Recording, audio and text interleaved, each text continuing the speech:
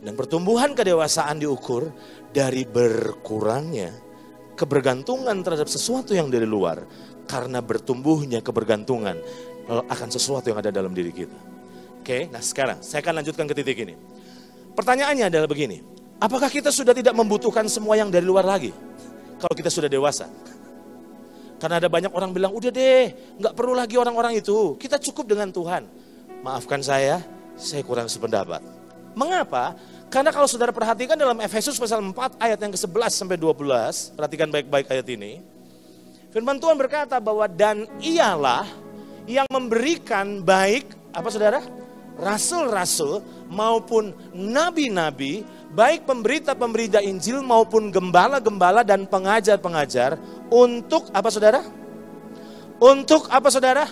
Memperlengkapi, katakan memperlengkapi. Sekali lagi katakan memperlengkapi.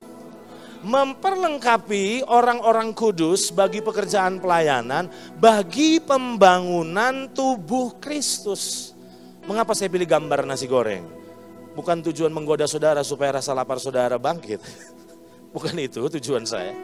Tetapi ternyata peranan dari 5 jawatan, yaitu rasul, nabi, penginjil, guru, gembala, ternyata dirancang oleh Tuhan sebagai pelengkap, bukan sebagai sumber.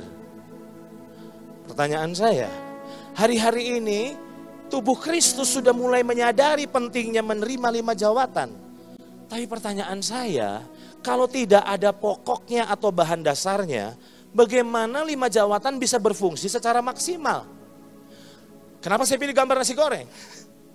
Untuk adanya nasi goreng, harus ada bahan dasar nasi putih. Kalau tidak ada nasi putih, maka untuk apa ada telur? Untuk apa ada sayur? Untuk apa ada tomat? Karena semuanya hanya melengkapi dan menyempurnakan. Hari-hari ini, saya sangat sedih. Mengapa sedihnya? Lihat ke PowerPoint ini. Yang menyedihkan adalah, yang ironis menurut saya adalah, kita menjadikan apa yang dirancang oleh Tuhan sebagai pelengkap, dan kita jadikan sebagai sumber. Dan tidak pernah memaksimalkan apa yang dijadikan sebagai sumber dalam kehidupan kita. Itu sebabnya saya sedih ketika melihat ada banyak orang percaya yang tidak punya hubungan pribadi sama Tuhan. Kalau kita tidak punya hubungan pribadi sama Tuhan, untuk apa fungsi 5 jawatan? Saya ulang sekali lagi. Untuk apa fungsi 5 jawatan? Karena 5 jawatan itu akan maksimal perannya ketika saudara punya bahan bakunya. Apa bahan bakunya? Saudara mesti punya keintiman sama Tuhan. Tetapi sebaliknya ada yang bilang begini, Pak, yang penting intim sama Tuhan, Pak, kita nggak butuh yang lain. Maafkan saya, Tuhan mengirim 5 jawatan untuk membuat saudara jadi sempurna. Bukankah saudara ingin sempurna? Jadi artinya kalau kita ingin sempurna, berarti yang pertama, bangun hubungan pribadi dengan Tuhan yang ada di dalammu. Amin. Mulai menggalinya. Dan di titik itu apa yang terjadi? Apakah saudara terus langsung selesai begitu saja? Tidak. Saudara harus dengan rendah hati mengizinkan 5 jawatan yang ada di luar diri saudara untuk mulai melengkapi dan menyempurnakan kehidupan saudara. Saya berharap jemaat ini menjadi jemaat yang seimbang. Amin.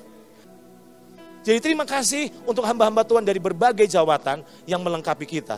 Tapi semua itu harus didasari oleh intinya, yaitu hubungan dengan Tuhan yang di dalam. Amin.